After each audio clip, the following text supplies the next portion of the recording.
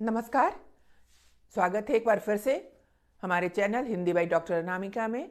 और हम आगे बढ़ते हैं प्रश्न पत्र श्रृंखला के एक अगले भाग में। आज हम बात करेंगे संदेश लेखन की, लेकिन इससे पहले अगर मेरे बनाए वीडियो आपके काम आ रहे हैं, आपको अच्छे लग रहे हैं, तो मेरे चैनल को सब्सक्राइब जरूर करें, ताकि मैं इसी प्रकार आपके लिए और वीडियो लेकर आती रहूं, आपकी समस्या का समाधान करती रहूं। आज बात करते हैं संदेश लेखन की। संदेश लेखन हिंदी कोर्स ए का एक हिस्सा है कि रचना खंड का एक हिस्सा है।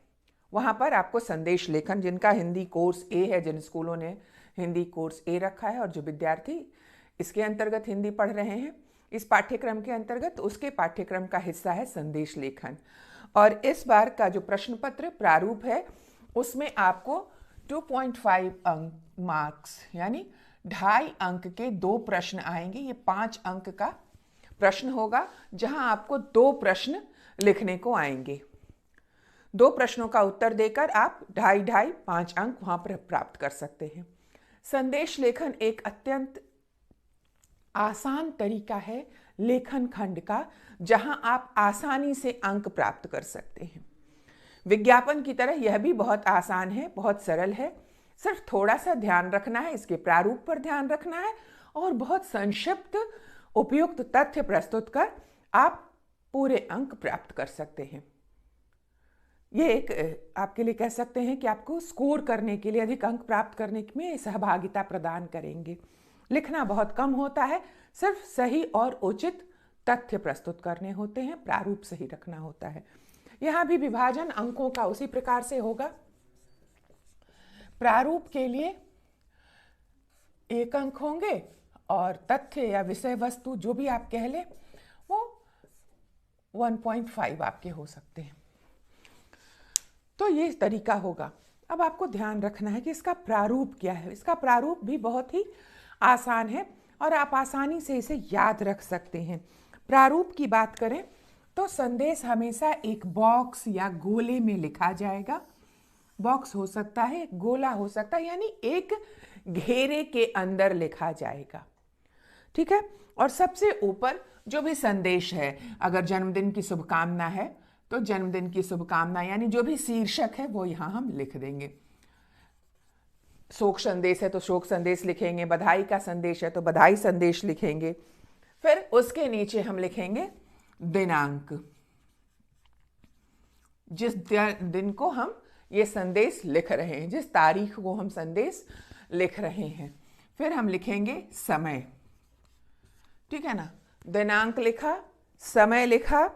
उसके बाद अभिवादन, यानी जिसे हम संदेश लिख रहे हैं उसका अभिवादन करेंगे, जैसे प्रिय मित्र या आदरणीय चाचा जी, जिनको भी हम संदेश लिख रहे हैं उनका अभिवादन करेंगे। और अभिवादन, संबोधन करेंगे। यहाँ अभिवादन नहीं होता है, रियली सॉरी। संबोधन यानी जिसे आप लिख रहे हैं, प्रिय चाचा जी, आदरणीय चाचा, प्रिय नहीं, आदरणीय चाचा जी, प्रिय मित्र, जिसे भी आप संबोधित कर रहे हैं, जिसके लिए संदेश लिख रहे हैं, उसे उचित संबोधन देंगे। और उसके बाद आप तुरंत आ जाएंगे विषय वस्तु तथ्य, जो भी कह लीजिए उसे। ठीक है ना, मुख्य भाग, विषय वस्तु तथ्य, जो भी आप कह लीजिए उसे। मुख्य भाग कह लो, तथ्य कह लो, विषय वस्तु कह लो, जो भी कह लो, वो आप लिखेंगे एकदम संक्षिप्त, एकदम संक्षिप्त, एकदम विषय के ऊपर आधारित। बहुत ही संक्षिप्तता के साथ मुख्य भाग को लिखकर नीचे हम प्रेषक, कौन भेज रहा है, यानी मित्र को लिख रहे हैं तो तुम्हारा मित्र। ठीक है ना, प्रेषक का नाम हो जाए तुम्हारा मित्र, अ ब स क ख ग, या कोई नाम दिया गया है तो उस नाम को इस्तेमाल कर लेंगे। तो यही इसका प्रारूप है। इस प्रारूप को याद रख लेंगे। शीर्षक यानी जिस प्रकार का भी संदेश आप लिख रहे हैं, फिर दिनांक, समय, संबोधन, मुख्य भाग और प्रेषक। प्रेषक यानी संदेश भेजने वाला। संदेश आपको कई प्रकार के आ सकते हैं, जो आपको मैं यहाँ संदेश लेखन पढ़ा नहीं रही हूँ, आपको तरीका बता रही हूँ कि कैसे आप संदेश लिख सकते हैं और उदाहरणों के माध्यम से चीज़ों को स्पष्ट करूंगी। किस किस प्रकार के संदेश होते हैं, भाषा सरल होनी चाहिए, ये सारी बातें ये लेखन का मुख्य आधार है। इसलिए इसे बार बार कहने की ज़रूरत नहीं है कि भाषा का ध्यान रखना है हमें, ठीक है ना। भाषा की शुद्धता, वर्तनी की शुद्धता, संक्षिप्त होना चाहिए, ये सब लेखन का मुख्य आधार है। चाहे वो कोई भी लेखन हो, अनुच्छेद हो, पत्र हो, प्रारूप है, ये सारी चीज़ें तो मुख्य आधार है लेखन का। कोई भी हिस्सा, चाहे विज्ञापन हो, सूचना हो, पत्र हो, अनुच्छेद हो, कहानी हो, इन बातों का तो हम बेसिक, जिसको कहते हैं ना आधारभूत चीज़ें हैं, जो हर जगह होनी ही होनी चाहिए, हर लेखन में होनी चाहिए। उसके अलावा आपको आ सकते हैं लिखने के लिए औपचारिक, अनौपचारिक दोनों प्रकार के संदेश, यानी औपचारिक संदेश, अनौपचारिक संदेश जो हम अपने मित्र बंधुओं को भेजते हैं, ठीक है ना। व्यक्तिगत संदेश लिखने को आ सकते हैं, सामूहिक संदेश लिखने को आ सकते हैं। व्यक्तिगत संदेश, सामूहिक संदेश,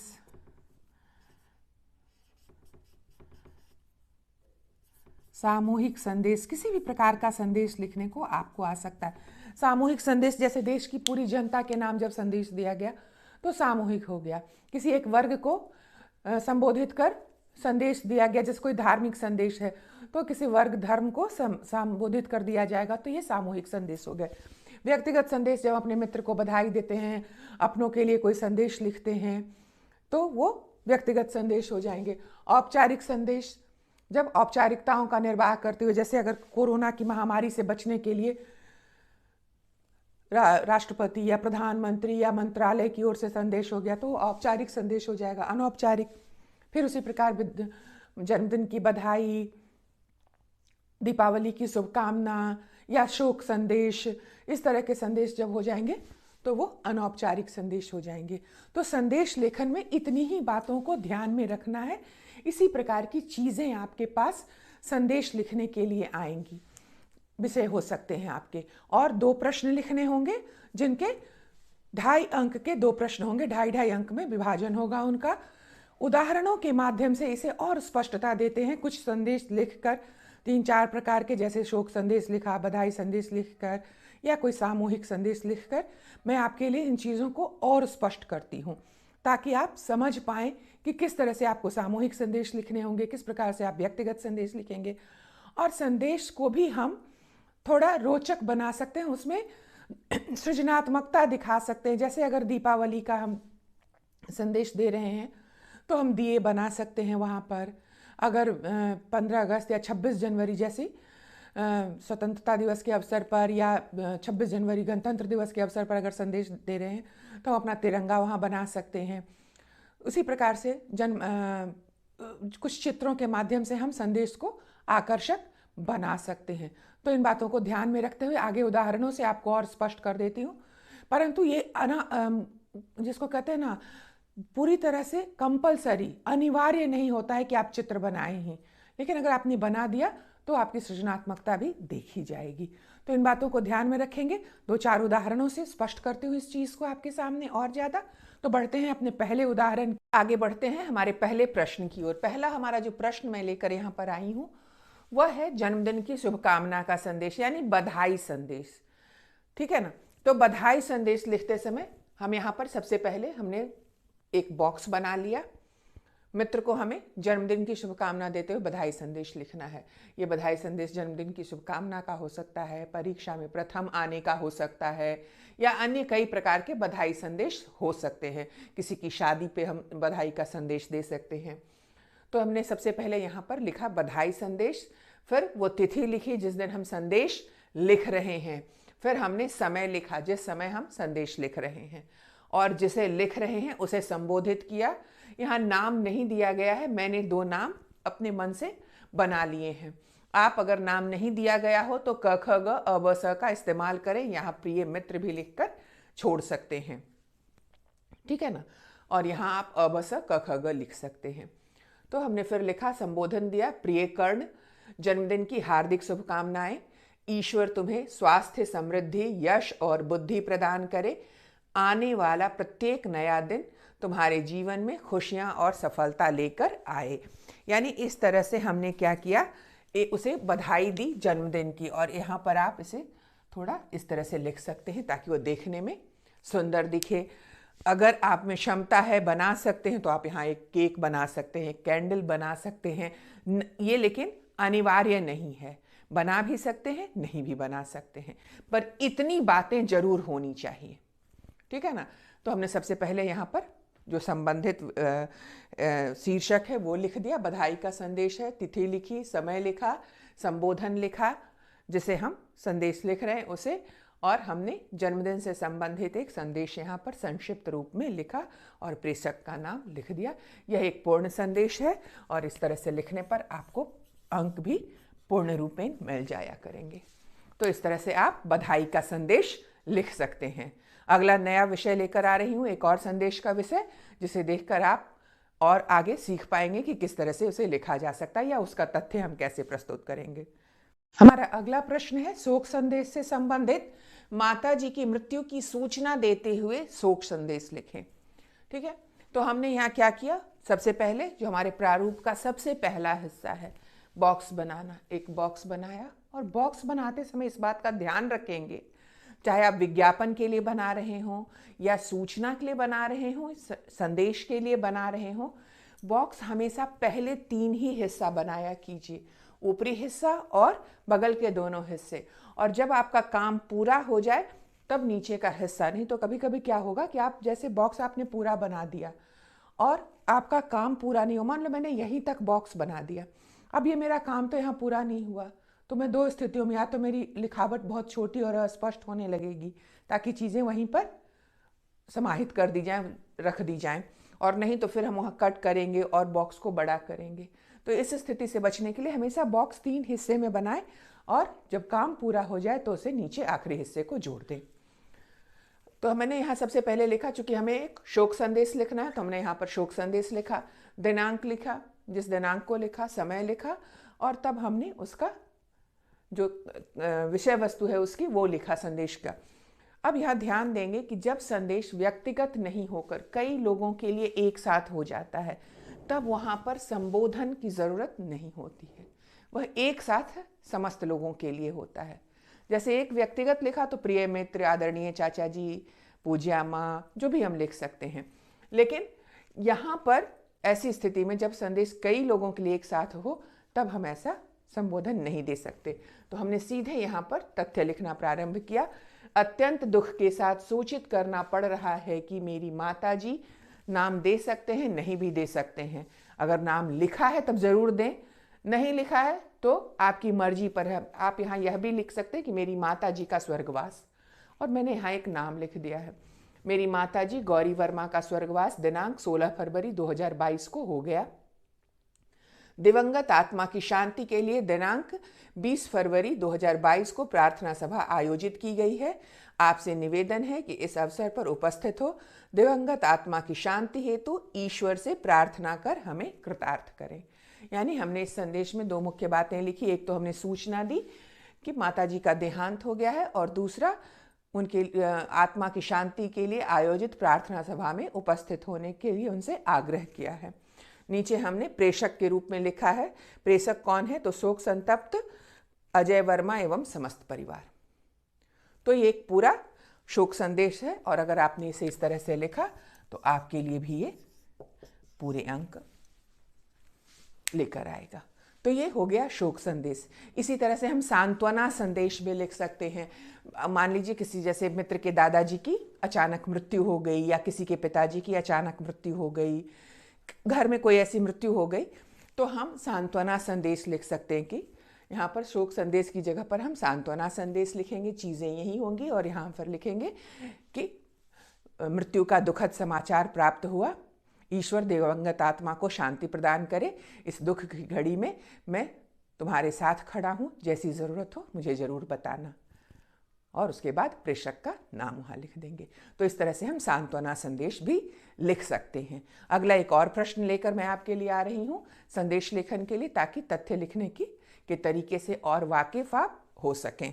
तो अगले प्रश्न, हमारा अगला प्रश्न है, स्वतंत्रता दिवस के अवसर पर राज्य के मुख्यमंत्री की ओर से संदेश लिखें।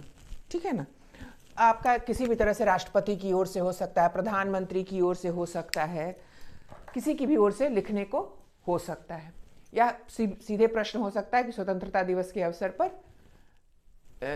संदेश लिखें।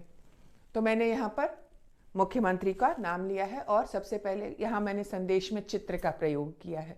मैंने आपसे कहा कि आप चित्र का प्रयोग कर सकते हैं, आपके संदेश को और ज़्यादा सुंदर, आकर्षक और स्पष्ट करने में सहायक हो सकता है।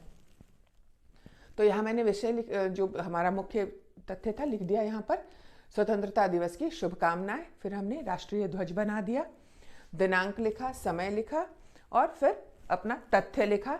समस्त देशवासियों को स्वतंत्रता दिवस की हार्दिक शुभकामना।